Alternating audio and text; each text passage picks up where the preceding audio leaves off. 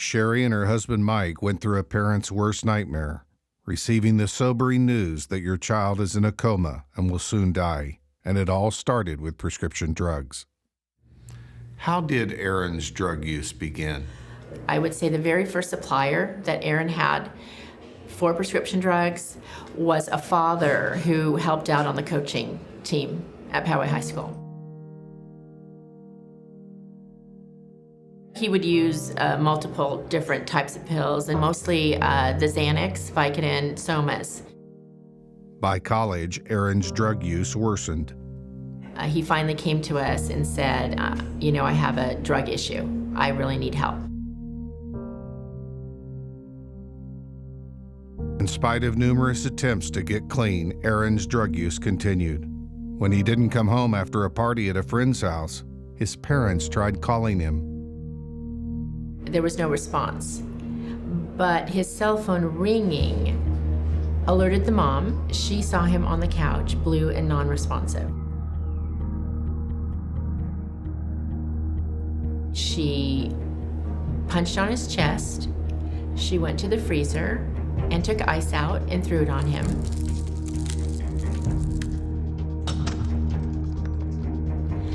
At this point, Aaron's not breathing, and the father and son, dragging him to the car, brought him to the emergency room.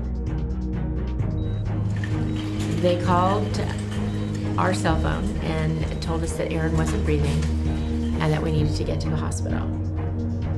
When we arrived at the hospital, the doctor was very confused and had no idea why Aaron was lifeless. And my husband started screaming, "It's drugs, it's drugs, it's drugs." Aaron suffered a heart attack and 2 strokes, front and back, both sides of his brain. That's what opioids do. Grab over, hold the side.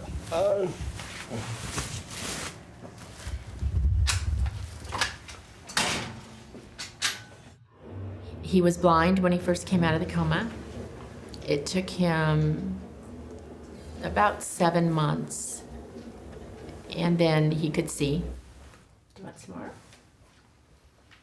Closest condition that would describe Aaron's challenges today is cerebral palsy.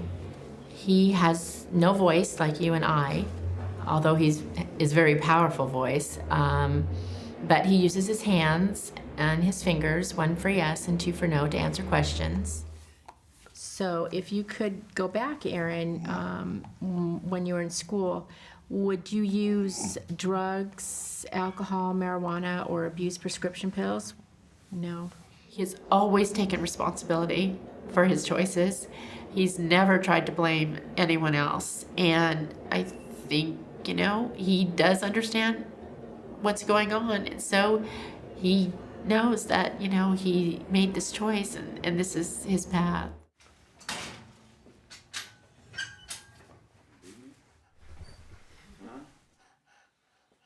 He needs 24-hour care. We care for him at home. Aaron continues to improve. We're very blessed. Many of our friends, and far too many, have buried their children because of the epidemic of prescription drugs. Aaron survived for many reasons, maybe to tell his story, maybe to help other people, maybe to help Sherry and I deal with what happened. Go. Just go. Trigger that. Is it a challenge being a parent of a quadriplegic, knowing what he's gone through and that it was preventable?